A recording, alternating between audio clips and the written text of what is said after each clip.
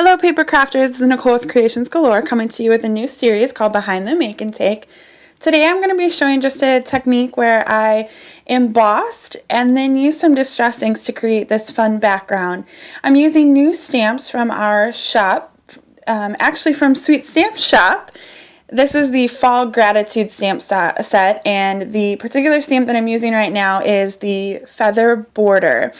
I'm using the Versamark watermark to emboss, and this is actually my favorite ink pad to emboss, and you can tell from the ink pad that it is well used at our make and take station.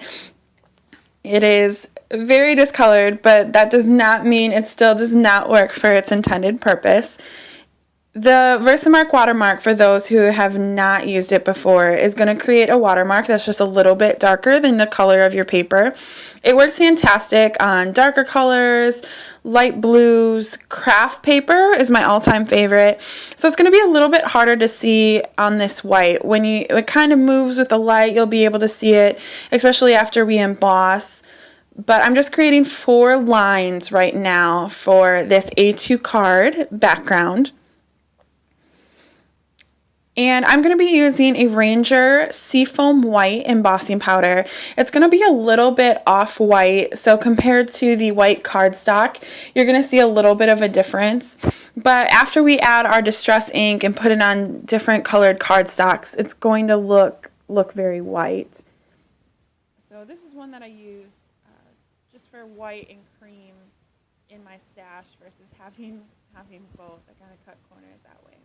So I'm just adding the embossing powder. This is a fun little pink tidy tray that I absolutely love to put the embossing powder easily back into that little jar.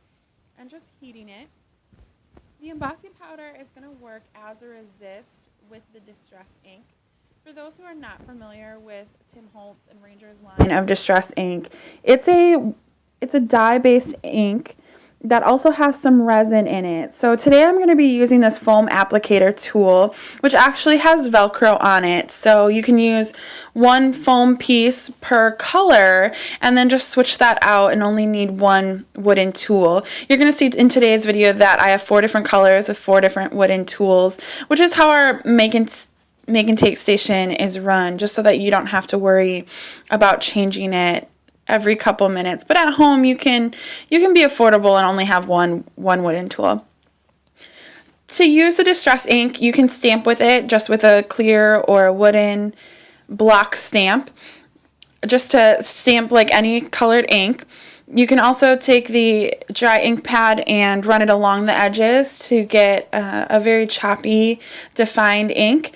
Or you can use this foam applicator tool, and all you're simply going to do is just tap it onto the ink pad, get a little bit of ink onto the foam, and then in circular motion add the ink to your paper. I'm going to create 4 lines of color on here to coordinate with the 4 rows of embossed feathers. You could add ink over your entire piece just to the edges. I distress my edges with their brown colors just a little bit. There's so many options on this, and I really, really, really enjoy the bright colors of distress ink like we have here. Because of the resin and that it stays wet a little bit longer, you can really mix the layers of color together. So you're going to see that the orange is blending with the red, which is blending with the green, which is going to blend with this Dusty Concord purple color that I'm currently finishing off the card with. It's really great. As I stated earlier, that embossing powder is going to act as a resist, so the distress ink isn't going to dry on that semi-plasticky surface of the embossing powder. In a few moments, you're going to see that I'm going to come through with just a little bit of a damp rag to take any embossing powder that currently is on, or any distress ink that's on the embossing powder. And there I am. The distress ink does react with water, so be careful not to get your paper too wet, or you're just going to lift up all that distress ink that you've brought on. So there we are. We've cleaned off the feathers. I'm now working on the card base.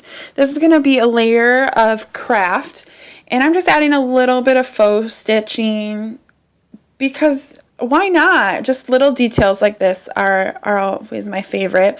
I'm using a Sakura white jelly roll pen, which is my all-time favorite.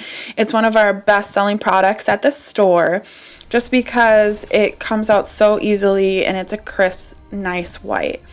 So I've put this on an A2 green card, which is 4.25 by 5.5, and just kind of layered it all on with my favorite adhesive there. That's the My Stick permanent adhesive. And I also, what you don't see in this video is that I've added a white piece of paper to the inside, the same as the feathered background. Here's a white strip of white cardstock, and I'm just cutting a triangle to create a banner. And then I'm going to use another stamp from the Fall Gratitude Sweet Stamp Shop set, and it's going to say Give Thanks. I'm not going to emboss this. Instead, I'm just going to use the Dusty Concord Distress ink to stamp with it, which is another great way to use your distress ink.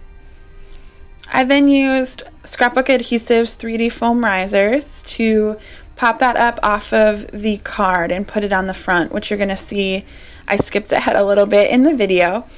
And then I'm just taking some gold cord, wrapping it around and tying a bow. One of the most common questions I get is, how do I tie a bow? And I don't have any particular tip or technique. I make 2 bunny ears and tie a knot, and then I play with it for about 15 minutes until I get it the way I like it, which you're going to see a little bit in this video. I saved you some time and didn't show all of it. But that's our card, and I thank you for joining us today. I really do encourage you to pick up some white embossing powder and distress ink and give it a try.